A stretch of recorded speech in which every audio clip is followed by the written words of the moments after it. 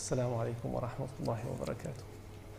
بسم الله الرحمن الرحيم. الحمد لله رب العالمين، والصلاة والسلام على سيدنا محمد وعلى آله وصحبه أجمعين. اللهم علمنا ما ينفعنا وانفعنا بما علمتنا وزدنا علما. In the last few weeks we were discussing topics that finally we got to a surah that's linked to all of them. That's why I did not stop and interrupt it. We started from Sulh al-Hudaybiyah, which Allah calls Fath, a conquer, followed by Khaybar, then by Umrah al-Qada, which is the following year for Umrah in replacement to the one that they did not do, followed by the conquer of Mecca, then Hunain, then At-Ta'if. And now we've reached a stage when I can comfortably say we can read Surah Al-Fath in link to all these.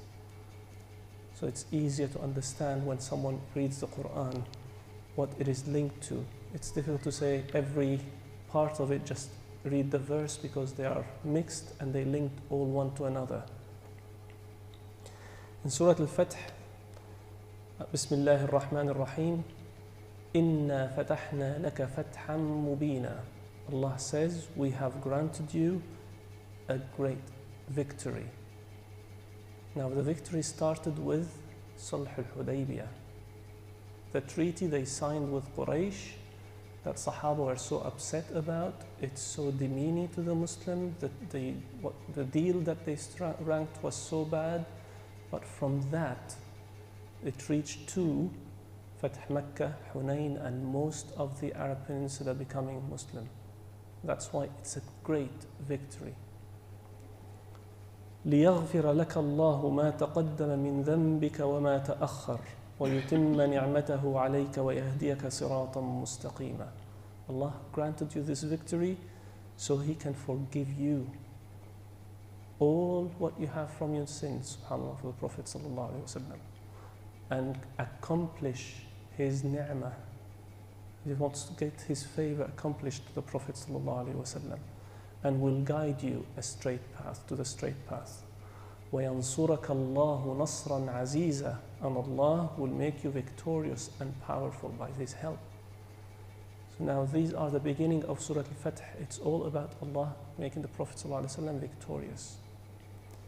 And then from verse 10 onwards, إِنَّ الَّذِينَ يُبَايِعُونَكَ إِنَّمَا يُبَايِعُونَ اللَّهَ يَدُ اللَّهِ فَوْقَ أَيْدِيهِمْ فَمَنْ نَكَثَ فَإِنَّمَا يَنْكُثُ عَلَى نَفْسِهِ وَمَنْ أَوْفَى بِمَا عَاهَدَ عَلَيْهِ اللَّهَ فَسَيُؤْتِيهِ أَجْرًا عَظِيمًا. And for those who plight and give you the bay'ah, if you remember this is the ones who went and put their hands in the hand of the Prophet and agreed that now we might have to fight Mecca. In the day of Bay'at al-Sulh al-Hudaybiyah, before the Sulh, they thought Osman was killed because he didn't return. And go back, flashback to our seerah. So the Prophet ﷺ, when he heard Osman was killed, he asked the Sahaba to give the bay'ah, which is the allegiance to fight Mecca Quraysh, because they killed one of his, who was his messenger, as the understanding. So here Allah says, those who have given this allegiance, they were giving it to Allah. إِنَّمَا يُبَايِعُونَ اللَّهِ يَدُ اللَّهِ فَوْقَ أَيْدِيهِمْ. The hand of Allah is on top of their hands. You remember they all gave bay'ah to the Prophet, handshake, hand over hand. Allah's hand is over them, so He's approved it, Allah, and He's strengthened that allegiance they signed with the Prophet ﷺ. Whoever turns away, he will only affect himself. Whoever turns away from this approval and the allegiance, and whoever commits and fulfills what he has promised Allah, because that was a promise to Allah, not only to the Prophet ﷺ, Allah will give him a great reward. Now the next ayah links to Khaybar, because when he wanted to go to Khaybar, the Prophet said, only the people of Al-Hudaybiyah come with me. But he said, Allah has promised me Khaybar. When everybody was, oh, let us go with you.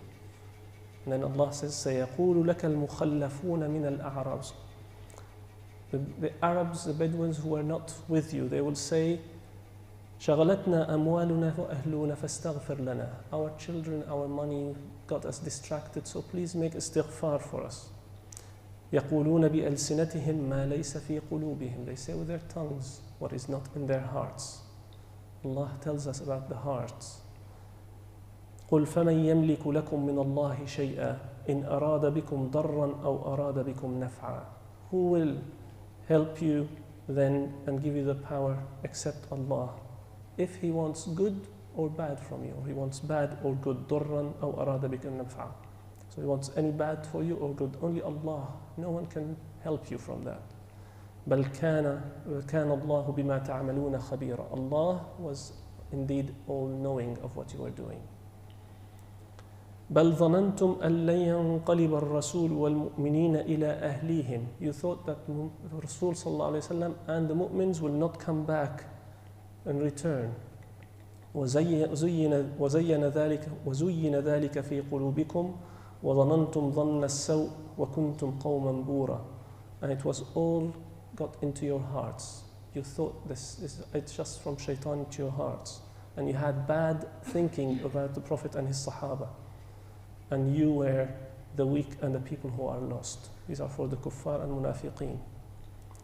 وَمَنْ لَمْ يُؤْمِنْ بِاللَّهِ وَرَسُولِهِ فَإِنَّا أَعْتَدْنَا لِلْكَافِرِينَ سَعِيرًا. And whoever does not has full iman in Allah and His Prophet, Allah has prepared for them hellfire, سَعِيرًا. وَلِلَّهِ مُلْكُ السَّمَاوَاتِ وَالْأَرْضِ. And to Allah is the dominion of the heavens and the earth. يَغْفِرُ لِمَنْ يَشَاءُ وَيُعَذِّبُ مَنْ يَشَاءُ. He will forgive whoever He wants, He wishes, and He will punish whoever He wishes, subhanahu wa ta'ala. وَكَانَ اللَّهُ غَفُورًا رَحِيمًا. And Allah is indeed all forgiving and merciful. So He can punish, but He is merciful. If we ask for His mercy and make istighfar, He will forgive us, subhanahu wa ta'ala. Now we go about Khaybar. سَيَقُولُ الْمُخَلَّفُونَ. Again, the ones who did not come, they will come to you when you called for Khaybar. إِذَا انطَلَقْتُمْ إِلَى مَغَانِمَ لِتَأْخُذُوهَا ذَرُونَا نَتَّبِعْكُمْ. If you're going now to conquer a place, please let us come with you. يُرِيدُونَ أَن يُبَدِّلُوا كَلَامَ اللَّهِ. They want to change the words and what Allah has decreed. Because the Prophet ﷺ said, only people of Khaybar will come. So they want to try and change that. No, let us come, let us come. كَذَلِكُمْ قَالَ اللَّهُ مِنْ قَبْلِ قُلْ لَن تَتَّبِعُونَ. Say you will not follow us. كَذَلِكُمْ قَالَ اللَّهُ مِنْ قَبْلِ. Allah has decreed it from time before. فَسَيَقُولُونَ بَلْ تَحْسُدُونَنَا. They said, oh, you just envy us. You don't want us with you because you envy us. بَلْ كَانُوا لَا يَفْقَهُونَ إِلَّا قَلِيلًا. Indeed, they do not understand anything except little understanding. Now, again to them, قُلْ لِلْمُخَلَّفِينَ مِنَ الْأَعْرَابِ. Tell those one who did not follow you. سَتُدْعَوْنَ إِلَىٰ قَوْمٍ أُولِي بَأْسٍ شَدِيدٍ. You will be called to fight people who are really tough. تُقَاتِلُونَهُمْ أَوْ يُسْلِمُونَ. You will fight them or they might become Muslim and Allah will there will be no fight. Allah might end the fight early. فَإِن تُطِيعُوا. If you obey, يُؤْتِكُمُ اللَّهُ أَجْرًا حَسَنًا. Allah will give you a good reward, subhanahu wa ta'ala. وَإِن تَتَوَلَّوْا كَمَا تَوَلَّيْتُم مِّن قَبْلِ. And if you turn away, as you have done before, remember in Uhud and in Khandaq, they went as before the battle started, they turned away. And Allah is saying, if you turn in this fight as you did before, يُعَذِّبْكُمْ عَذَابًا أَلِيمًا. Allah will punish you indeed, a really tough punishment. لَيْسَ عَلَى الْأَعْمَى حَرَجٌ. The blind is excused. وَلَا عَلَى الْأَعْرَجِ حَرَجٌ. And the one who has a limp in his leg cannot run and fight is excused. وَلَا عَلَى الْمَرِيضِ حَرَجٌ. And the sick is excused. وَمَنْ يُطِعِ اللَّهَ وَرَسُولَهُ يُدْخِلْهُ جَنَّاتٍ تَجْرِي مِنْ تَحْتِهَا الْأَنْهَارِ. And whoever obeys the order of Allah, He will get him into a Jannah that has so many flowing rivers from underneath it. وَمَنْ يَتَوَلَّ يُعَذِّبْهُ عَذَابًا أَلِيمًا. And whoever turns away, he will be punished, a severe punishment. لَقَدْ رَضِيَ اللَّهُ عَنِ الْمُؤْمِنِينَ. This is a decree from Allah. Allah has given His mercy and approval and pleasure to the mu'mins. إِذْ يُبَايِعُونَكَ تَحْتَ الشَّجَرَةِ. The ones who gave the allegiance under the tree. That was Sulh al-Hudaybiyah. So those mu'min, Allah has given them pleasure. فَعَلِمَ مَا فِي قُلُوبِهِمْ. He knew what's in their hearts, and He accepted their good niyyah. فَأَنزَلَ السَّكِينَةَ عَلَيْهِمْ.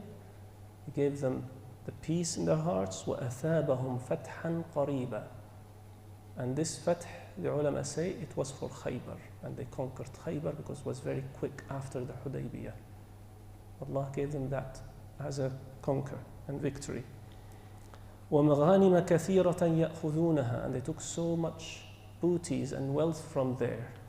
وَكَانَ اللَّهُ عَزِيزًا حَكِيمًا. And Allah was all-powerful and full of wisdom, subhanahu wa ta'ala.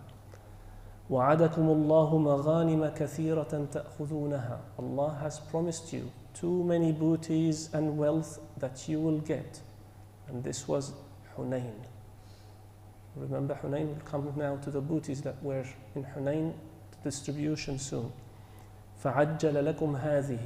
He gave you one first, very quick one, Khaybar. وَكَفَّ أَيْدِي النَّاسَ عَنْكُمْ. And He kept the other people from fighting you. And it's Quraysh, because there was now a deal, treaty, they cannot fight you. So He isolated a group, this way they could conquer Khaybar, and after Fath Makkah they went to Hunain. وَلَتَكُونَ آيَةً لِلْمُؤْمِنِينَ وَيَهْدِيَكُمْ صِرَاطًا مُسْتَقِيمًا. And this will be a sign for the mu'mins, and Allah will guide you to the straight path. وَأُخْرَى لَمْ تَقْدِرُوا عَلَيْهَا. And another one you could not conquer. That was At-Ta'if. And we said earlier, they went and they stayed and they stayed, and at the end Prophet ﷺ said, Allah has not given me the order to conquer At-Ta'if. That's why I've said I left this surah after all these events. وَأُخْرَى لَمْ تَقْدِرُوا عَلَيْهَا قَدْ أَحَاطَ اللَّهُ بِهَا. And another one you could not conquer. Allah has compassed. وَكَانَ اللَّهُ عَلَى كُلِّ شَيْءٍ قَدِيرًا. And Allah is indeed able to do whatever He wants. وَلَوْ قَاتَلَكُمُ الَّذِينَ كَفَرُوا لَوَلَّوُا الْأَدْبَارَ. And if the kuffar come to fight you, they will run away. ثُمَّ لَا يَجِدُونَ وَلِيًّا وَلَا نَصِيرًا. Then they would not find anyone to support them or help them. سُنَّةَ اللَّهِ الَّتِي قَدْ خَلَتْ مِنْ قَبْلِ وَلَنْ تَجِدَ لِسُنَّةِ اللَّهِ تَبْدِيلًا. This has been approved and practiced from Allah. All this is a sunnah. Allah just says the mu'mins will win and the kuffar will run away. And you will not have anybody who can change Allah's decree. وَهُوَ الَّذِي كَفَّ أَيْدِيَهُمْ عَنْكُمْ وَأَيْدِيَكُمْ عَنْهُمْ بِبَطْنِ مَكَّةِ مِنْ بَعْدِ أَنْ أَظْفَرَكُمْ عَلَيْهِمْ وَكَانَ اللَّهُ بِمَا تَعْمَلُونَ بَصِيرًا. And Allah is the one who stopped you from fighting them in Mecca and stopped them from fighting you in the center of Mecca. That's why the Prophet ﷺ conquered Mecca without any fight. There was some fight at the initial phase on the outskirts, as we said, between Khalid bin Walid and Ikrimah and the others, but once they entered Mecca, it was safe and peace.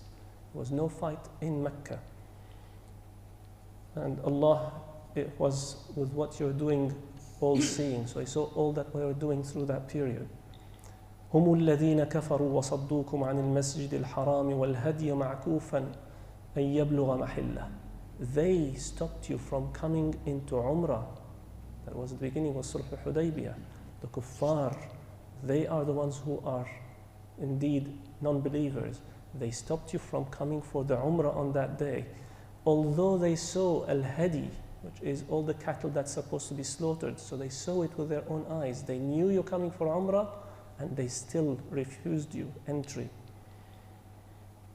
ولولا رجال مؤمنون ونساء مؤمنات لم تعلموهم أن تطؤوهم فتصيبكم منهم معرة بغير علم ليدخل الله في رحمته من يشاء لو تزيلوا لعذبنا الذين كفروا منهم عذابا أليما. Allah says, why did He stop the Prophet ﷺ from fighting kuffar on that day. He said, there are some mu'mins in Mecca that we do not know. You cannot separate them because they are not known to be Muslim in there. And if you fight men and women, you might harm them. And they wouldn't fight you, but they wouldn't fight with Quraysh, so they're not known or exposed as Muslims. If they were separated, Allah might have accepted or approved that fight. But Allah wanted to protect those Muslims in Mecca that time, the secret Muslims. إذ جعل الذين كفروا في قلوبهم الحمية حمية الجاهلية. He left in the hearts of the kuffar heat, the heat of Jahiliyyah, which is the old days, their love to their idols, ignorance. Allah kept it in their hearts. فأنزل الله سكينته على رسوله وعلى المؤمنين. Allah sent His peace and mercy and comfort on His Prophet and the mu'mins. وألزمهم كلمة التقوى, and He kept them on the path and the true word. وكانوا أحق بها وأهلها, and they were indeed the ones who deserved it. وكان الله بكل شيء عليما, and Allah was all-knowing. Now the next verse is a response to Sayyidina Umar radiallahu anhu. لقد صدق الله رسوله الرؤيا بالحق. Allah has indeed showed that the dream of His Prophet was true. Remember the Prophet ﷺ when he went to Umrah and they didn't go, they signed the treaty. Umar went to the Prophet, Ya Rasulullah, did you not tell us that you saw a dream that we will go and we'll do Umrah and we will shave our heads or shorten our hair and do the hadi? So why are we returning? The Prophet ﷺ told him, did I tell you that this will happen this year? It did happen the second year. So Allah here tells the Sahaba and Sayyidina Umar were part of it, and us of course, that Allah has indeed said the dream of the Prophet was true. لَتَدْخُلَنَّ الْمَسْجِدَ الْحَرَامِ إِنْ شَاءَ اللَّهِ آمِنِينَ مُحَلِّقِينَ رُؤُوسَكُمْ وَمُقَصِّرِينَ لَا تَخَافُونَ. You will enter the Masjid al-Haram, Mecca, insha'Allah, the will of Allah. آمنين, safe. محلقين رؤوسكم ومقصرين. You will shave your hairs and you shorten your hair, whoever wants to shorten. لا تخافون. You will not have any fear because now there is a treaty, there is peace. فعلم ما لم تعلموا. Allah knew what you don't know. فجعل من دون ذلك فتحا قريبا. He made from this, after that, a victory. هو الذي أرسل رسوله بالهدى ودين الحق ليظهره على الدين كله وكفى بالله شهيدا. Allah is the one who sent His messenger for the guidance of people and the religion of the truth to proclaim it over all religions. And Allah is enough as a witness. The last verse, which is a long verse, محمد رسول الله والذين معه أشداء على الكفار رحماء بينهم. Muhammad sallallahu alayhi wa sallam, messenger of Allah, and the ones who are with him. Mu'mins are tough, very tough on the kuffar, but amongst themselves they're so merciful. تراهم ركعا سجدا. You see them doing ruku' and sujood, praying. يبتغون فضلا من الله ورضوانا. All they want is the mercy and the pleasure of Allah, but to please Allah. سيماهم في وجوههم من أثر السجود. The signs of sujood is in their faces. You would know who is from them is a mu'min from the sujood, the signs. ذلك مثلهم في التوراة ومثلهم في الإنجيل. That it's described, some of them, their description is in the Torah, in the Old Testament, and Injil, the New Testament. There's description of them and of some of the good Sahaba of the prophets before them. كزرع أخرج شطأه فآزره فاستغلظ فاستوى على سوقه. It's like a crop. You put the seed and it grows and it thickens up and it's straight and strong. يعجب الزراع ليغيظ بهم الكفار. It will be just good for all people who would see that those crops. They will be so nice and happy. But who will be upset? The kuffar. وعد الله الذين آمنوا وعملوا الصالحات منهم مغفرة وأجرا عظيما. Allah has promised the ones who have been mu'min and do good that He will be all forgiven and will give them the best of the rewards. Now we know that Surah Al-Fatih is not about only Fatih Makkah or only Sulh Hudaybiyah. It has gathered everything from Sulh Hudaybiyah till Ta'if. So all these events amongst them. Now, after the Prophet returned from At-Ta'if, because Allah subhanahu wa ta'ala decreed that he's not to conquer At-Ta'if, Hawazin, who were living in there, now Prophet sallallahu alaihi wasallam had all their booties. And as we said last time, there were about 40,000 of cattle, 20,000 camels, 8,000 women, thousands of children, and tons or whatever amounts of gold and silver. So the Prophet ﷺ returned to the place where he gathered all these. He put them in a place called Al-Ju'rana. First, left Sahaba to some Sahaba to look after it, and he went to At-Ta'if. So they went 20 days surrounding At-Ta'if. They couldn't conquer it, they're back. Even after this, the Prophet ﷺ stayed 10 more days, not distributing any of the booties. He was hoping that the people of Hawazin will come back and ask for what their women, their children, their wealth, and they didn't come. So after a month from the defeat of Hawazin in Hunain, 30 days, the Prophet ﷺ decided, okay, now it's time to distribute the booties. So look how merciful he is, sallallahu alayhi wasallam. He just wanted to give them a chance. They still didn't come. So he started with what we call al-mu'allafa qulubuhum, the people who he wanted their hearts to come to Islam, to get them to like Islam, the weak in Iman. The first one he called was Abu Sufyan. He brought him, said, give him 100 camels and 100 ounces of gold and 100 ounces of silver. So he just got his thobe out, put it on the floor, and they poured gold and silver for him. And as he was, he said, Ya Rasulullah, O Messenger of Allah, what about my son Muawiyah? He said, and to your son Muawiyah, 100 camels and 100 ounces of gold and 100 ounces of silver. So they poured the gold and silver on top of his share. As he finished, said, Ya Rasulullah, what about my son Yazid? SubhanAllah, never enough for a human being. He said, and for your son Yazid, 100 camels and 100 ounce of gold and 100 ounce of silver. And they poured it all over this. He wanted to go carrying that, he could not carry it. So heavy. And he said, help me. Prophet ﷺ said, no, no one helps him. You want it, you carry it. And he tried and pulled, after a bit of a tough time, he managed to get it on his back.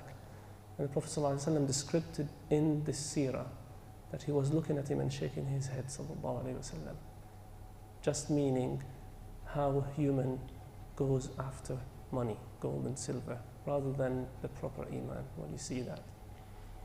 And then, sallallahu alayhi wasallam, he sent and called Al-Aqra' ibn Habis, Uyayna ibn Hisn. Uyayna ibn Hisn is the leader of Ghatafan. He gave him same 100, 100 and 100. And then he called Al-Aqra' ibn Habis as well, he's another leader. And he called Safwan ibn Umayyah, he's a mushrik. Remember, he's the one who lent the swords and the weapons from Mecca for the Muslims, because he wanted to fight, didn't have weapons, he's a trader. The Prophet even gave him from the booties, 100, 100, and they used to call them the people of the hundreds. The people who got 100 camel, 100 gold, 100 ounce of silver, they were named as the people of the hundreds, Ahlul Mi'in. And they were all leaders of tribes. Then he started giving the other fighters, and then there was one of the Bedouin, an Arab, walking amongst them, a new Muslim, just Muhammad sallallahu alaihi wasallam said, can you see that valley full of cattle? He said, yes. He said, that is yours. And the man looked at him and said, are you mocking me? Prophet sallallahu alaihi wasallam said, no, it's yours, take it. So he started taking all this cattle, and a shepherd walking them and looking behind, is there anybody who's going to come and stop him? And he kept going and going and going until he reached his tribe. No one followed him. He reached his tribe, he called them, come, all of you, come, be Muslims. Muhammad gave whoever he does not fear poverty. And from this one man, a tribe became Muslim. And this is why we say, al-mu'allafa qulubuhum, just to turn their hearts to love Islam. Then sallallahu alayhi wasallam, he started giving all the others, and then gave the Sahaba of the al-Muhajirin, and nothing was given to Al-Ansar. Then a man came to the Prophet ﷺ and grabbed him from his thawb tight. Said, "O Muhammad, give me from that money. You and Quraysh are not fair people."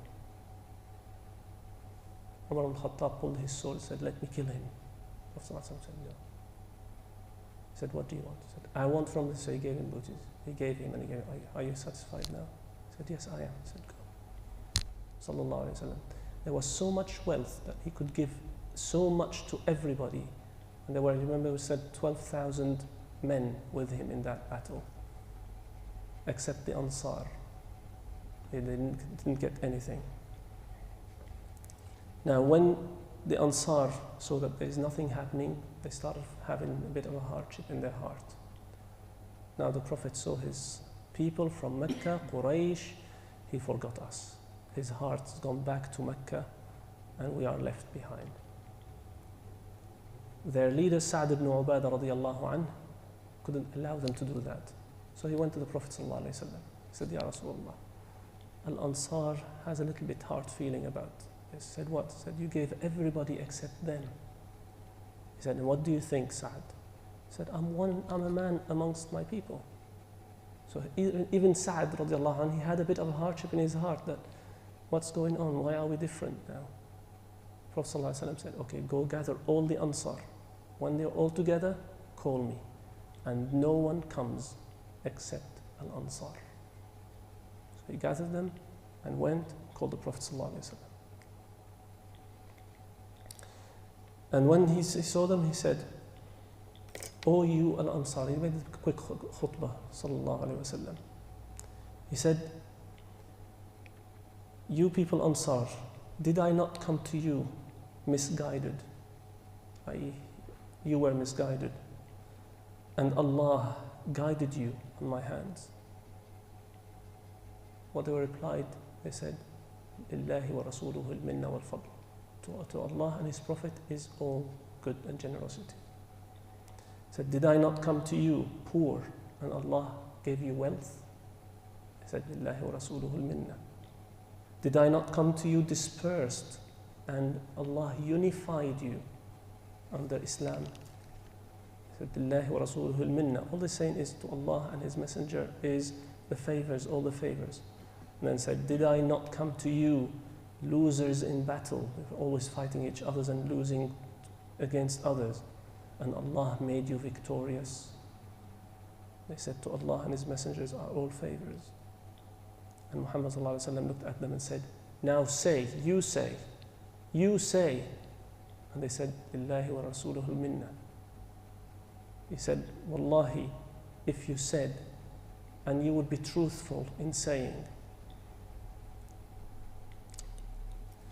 that you would be truthful saying, you came to us lost, and we gave you a place and a home."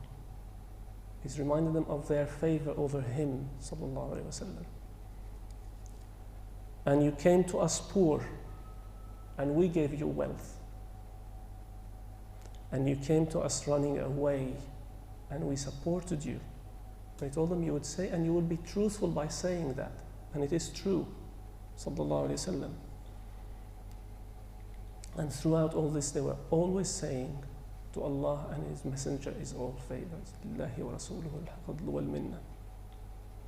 Then sallallahu alaihi wasallam said,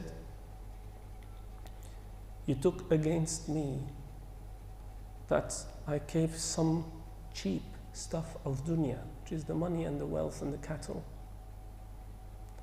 I gave others so they can come to Islam, and I left you to their hearts, to your hearts and your iman. He left them to their iman, their belief. Do you not accept that people return home with cattle and money, and you return with the messenger of Allah? Sallallahu alayhi wa sallam. They all shouted in one, we accept, we will not reject that.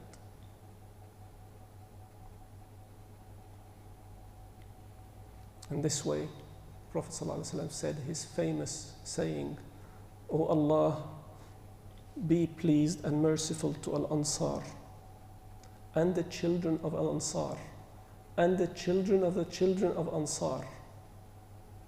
That was dua, and up till today, subhanAllah, the people of Medina are so loved by everybody.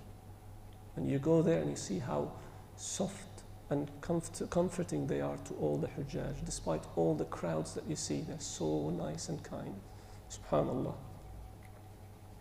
And then he said, O Allah, be friend to whoever is a friend to Al-Ansar, and be an enemy to whoever is an enemy to Al-Ansar.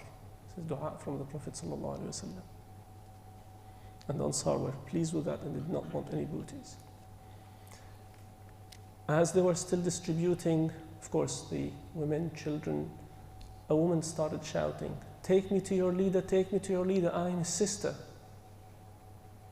No one knows that the Prophet has any brothers or sisters. They said, what are you talking? He said, I am his sister. So they brought her and said, Ya Rasulullah, a woman claiming to be your sister. He said, bring her here. She entered. He said, who are you? She said, I am Ash-Shayma bint al-Harith, the daughter of Al-Harith, the daughter of Halima as-Sa'diyah. When the Prophet ﷺ was taken as a baby, she was 7 years old. So here she was in her 60s, an old woman. The Prophet ﷺ said, anyone can claim this. Do you have a sign to prove that you are who you are? She said, yes. A bite, you bit me on my shoulder when you were a child, and it's still a mark on my shoulder. He said, yes, that is true. And he ordered to release her. And she was released. And out of mercy from all the Muslims, they freed all the women from her tribe. Out of gratitude for Al-Harith and Halima, who looked after the Prophet ﷺ. So all people from Bani Sa'd, that tribe, as we said, remember I said Hawazin are multiple tribes. Banu Sa'd was one of them. All the women and children from Bani Sa'd were released. And from amongst the people as well who were captured was Suraqa ibn Malik. If you remember the name, Suraqa was the man who was chasing the Prophet ﷺ and Abu Bakr when they were going to Medina, and his horse, the hoofs of his horse sank in the ground. And then he asked Prophet ﷺ to give him protection. He was running after them, but he asked protection. And the Prophet ﷺ asked Abu Bakr to write him a little letter that he will be protected if ever he is captured. So he said, I have protection. He said, no one has protection from Prophet ﷺ. So he showed them the letter, which was written on a piece of bone, some of them say on a piece of leather. They took it to the Prophet ﷺ, said, Ya Rasulullah, have you written this? Did you approve that? So he got Suraqa, he said, yes, indeed, it is a day to fulfill my promise. He is free. And Suraqa then became Muslim after that, and we know that, subhanAllah, after the conquer of the Al-Madain in Persia, he was given the gold bagels of Kisra, as was promised by the Prophet sallallahu alaihi wasallam. Now the Prophet distributed everything. It took few extra days, as you can imagine. Everybody's gone, collected. As they wanted to move back and go back to Mecca, a delegation from Hawazin came to him. SubhanAllah, he waited a whole month for them. And as distributed the booties, they're there now. They came to see him, say, O Muhammad, be merciful to us, our children, our wives, our families, our wealth, our money, our livelihood. Prophet ﷺ said, I've been waiting here for you so long. I've just distributed all the booties. Now you want them, they're not mine anymore. I've given them, they're all ownings of other people. You have to talk to them. And they won't give it to you. That's theirs now. But I'll ask you a question. Which is better for you? Money and wealth, or families, women and children? He said, of course, nothing is equivalent to our families. We want our families. He said, fine. I will gather all the Muslims now, and you ask them. So he gathered all the Sahaba and got one of the delegation to ask. He said, "O Muhammad, be merciful to us, give us our children, families, and wealth." Muhammad ﷺ stood up and said, "Which one would you prefer, the wealth or the family, children and wives?" He said, "Oh no, the family, nothing is equivalent to our family." So the Prophet ﷺ said, "Fine, whatever is in my hand of your women and children is yours." ﷺ didn't have any because he gave everything. So Al-Muhajirin stood up, said, "And whatever is in our hands from your women and children is free for yours." Al-Ansar stood up, said, "And whatever is in our hands of your women and children is yours." And we know Ansar didn't get anything, but they are talking the language, understanding the Prophet and what he wanted, and getting that message passed through to the other tribes. And then Hunain ibn Hisn stood up, said, "Whatever is in my hands from your women and children is not yours." He's a new Muslim, as we said. Islam is not in his heart properly yet, so he wanted to keep it to himself. Now, when he said that, the leader of Bani Sulaym was Abbas ibn Mardas. He stood up and got a bit more positive when he heard Uyayna and said, "And whatever is in my hand and the hand of my tribe, Banu Sulaym, of your women and children, is not yours." So the people of Banu Sulaym themselves stood up, said, "And whatever is in our hands from your women and your children is yours." Abbas looked at them and said, "What have you done to me? Turn me away, turn me down." But subhanAllah, they listened to the Prophet ﷺ, not their leader anymore. And now, after all this, of course, Abbas followed his population, but two men refused to give the women that they had from Hawazin. And these were Uyayna ibn Hisn and Al-Aqra' ibn Habis. The Aqra' ibn Habis was the leader of Bani Tamim, another big tribe. So the Prophet ﷺ called them. He said, "Release them." He said, "No, we're not releasing them, they're ours. Why do you want us to release them?" The Prophet ﷺ said, "Release them, and I will pay you for it. I will replace it by money," type of thing. Of course, straight away, Uyayna ibn Hisn said, "How much?" He's prepared for anything, wealth, that's fine. Anything, it's trade now. The Prophet ﷺ said, "For every head, i.e. woman or child, 4 camels." Uyayna said, "I accept." So Rasulullah ﷺ released everybody from the families as humans back to Hawazin. But the wealth, there's nothing he can distribute, that's it, it's all gone.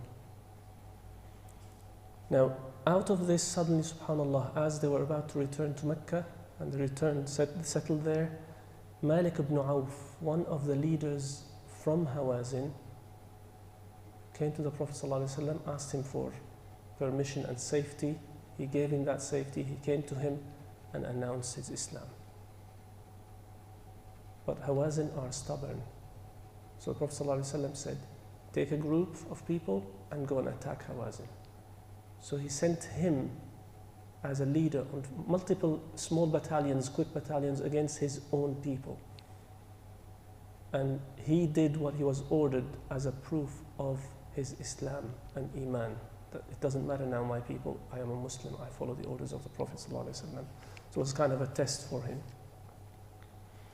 And Muhammad ﷺ, after returning from Ju'rana back to Mecca, he did a second Umrah. And it's called Umrah al-Ju'rana. After that, when he went back to Mecca. All this was happening, if you remember, we said the conquer of Mecca was Ramadan. Then Shawwal, he moved down to Hunain. Shawwal, Dhul Qa'dah. Dhul Qa'dah, there was no fighting because it was already over, and he was sitting and traveling back. By the time they settled back in Mecca and did the Umrah, it was Dhul Hijjah. Prophet ﷺ did not do Hajj. He returned back to Medina. And he put on a leader on the Hajj on that day, the man that he left leading Mecca while he was doing the Hunain, the battle of Hunain and Ta'if, and it was Atad ibn Usaid, someone from Mecca, radiyallahu anhu.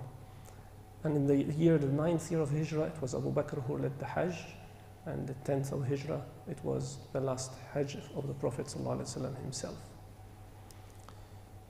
Now, once this is all settled, the leader, the true leader of Hawazin, if you remember, we did say he was in Jordan trying to learn how they make the tanks and the catapults, and he returned back. On his way back, he heard from the previous tribes before his own tribe what happened, of conquer Mecca, and now they settled down and they've gone to Hawazin, they couldn't defeat them, and he felt that Islam power is spreading. And he is the ultimate leader of Hawazin. SubhanAllah, Allah put Islam in his heart. So he went straight away from his tribe, straight to Mecca, and announced his Islam. And he is so special man that even Allah mentioned in the Quran, as the kuffar used to say, in Surah Al-Zukhruf, chapter 43, verse 31, وَقَالُوا لَوْلَا أُنُزِّلَ هَذَا الْقُرْآنُ عَلَى رَجُلٍ مِّنَ الْقَرْيَتَيْنِ عَظِيمٍ. And the kuffar, they say, why is this Quran not sent down on one of two great men from the two chiefs? It was Al-Walid ibn Mughira and this man, which is, as we said, the leader of Ta'if. So while he's going, Urwa ibn Mas'ud, that was the second one. Urwa ibn Mas'ud went straight to Mecca. This was his level amongst the Arab, of someone who is very knowledgeable, very strong, powerful in Arabic, in all his knowledge. So to them, he's a great man in knowledge, to the level that, why did the Quran not was revealed to this type of man? So he deserves it in their eyes. Allah knows who deserves it more, of course, subhanahu wa ta'ala. So he went, Urwa ibn Mas'ud, went straight to Mecca and announced Islam. The Prophet ﷺ, you can imagine his happiness with a man like him. So as he finished, he said, Ya Rasulullah, please let me go to my people and tell them to become Muslim. He said, your people are stubborn. They will not listen to you and they will kill you. He knew what the people of Ta'if were like at that time. He said, even if they do, I have a duty to tell them about Islam. He said, fine. So he allowed him, gave him permission. He went straight back to Ta'if. They came out welcoming their big leader, the ultimate chief arriving back from his big trip. They were surprised that he did not do what they all do when they come back from trips. They used to go straight to their idol and do sujood to their idol when they returned from a trip. And they had a big idol there, a Lat, and they used to call it the goddess, Ar-Rabba, a Lat. He just went straight to his house. They said, maybe he's tired, it's been a long trip for him. Let's see. So they went to him, the other leaders of the different tribes went to him and sat with him, started talking, and he told them that he'd become a Muslim. They were surprised, how can you become Muslim now? We're fighting all Muslims. He said, have you not seen that you're surrounded by a sea of Muslims? We are like a small island left amongst them. And Islam is truth. They didn't refuse. While they were sitting with him, time for Salah came. He went on top of his house and started calling adhan. When they saw that, now Ta'if, when Thaqif will all hear about it and they become Muslims, they couldn't tolerate, so they threw him with arrows and killed him while he was calling adhan in the place of da'wah, radiyallahu anhu. So the Prophet ﷺ was right, and he knew what they are like, what they can do and what they did. Now Ta'if, the people of Ta'if, Thaqif, they just saw what's happened, and suddenly they recognized what he told them now. They are surrounded by a sea of Muslims. They cannot get out of their own forts without having to be permission or be fought or sneaking out to trade, to do anything. So they started discussing, okay, let's get a delegation and go to Muhammad. We become Muslims on our conditions. So they have their own conditions. And they agreed that, okay, if he rejects one, we have the other, all the optional possibilities. So they went to the Prophet ﷺ to Medina. When they arrived, they said, "O Muhammad, we agree, we will become Muslim, but on conditions." He said, "What conditions?" They said, "First of all, we want you to allow us to become Muslim, but commit adultery, zina, wal-iyadhu billah." He said, "A religion with adultery is no religion. So no." He looked around, went out, gathered again, negotiated amongst themselves, came back. Say, "Okay, we will not do adultery, but allow us to drink alcohol." He said, "Alcohol is being forbidden by Allah, not by me. I will not allow alcohol in this Islam." So they went back, "Okay, what shall we do?" They went back, negotiated, discussed, "Okay, let's try something else." They went back, said, "Okay, no zina, no alcohol. We will become Muslims, but let us carry on doing riba, the usury in their money." Said, "Riba is forbidden by Allah in the Quran, clear. I cannot allow it." They just went again, delegating, "What should we do? What's going on? We can't commit zina, we can't drink alcohol, we can't do riba. What excuses do we have?" So they went to him, said, "Okay, fine, we accept all this. We become Muslims, but please don't demolish our goddess, Allat." He said, "The first thing that I will do if I enter there or send someone for Muslims is to destroy Allat."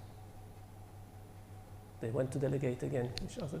"What shall we do? You know, he's going to destroy our goddess. Who are we going to worship?" So subhanAllah, still Islam is not in their hearts. They're just entering Islam because of the power of Islam. They want freedom of movement.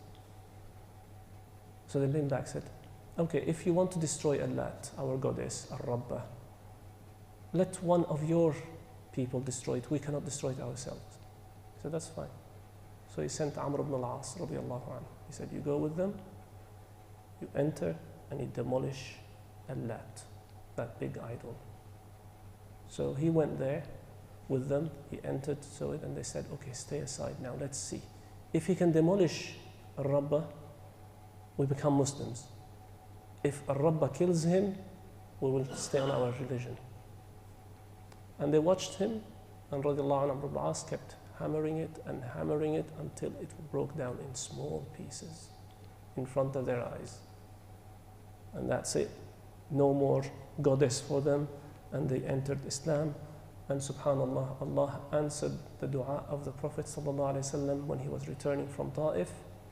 "Allahumma hdi thaqifan wa'ti bihim muslimin." "O Allah, guide Thaqif, which is the people of Hawazin, and bring them to me Muslims." It's just a few months after they became Muslims. Now, after all this, in the Arab Peninsula, there is no more fights. Everybody is settling down. Every little tribe started sending delegations to announce their Islam to the Prophet ﷺ. And the year of 9th Hijrah used to be called Amul Wufud, the year of delegations. I will stop here inshallah. Next week we will talk partly about this, but about another very important event that happens after this. سبحانك اللهم وبحمدك لا إله إلا أنت نستغفرك ونتوب إليك.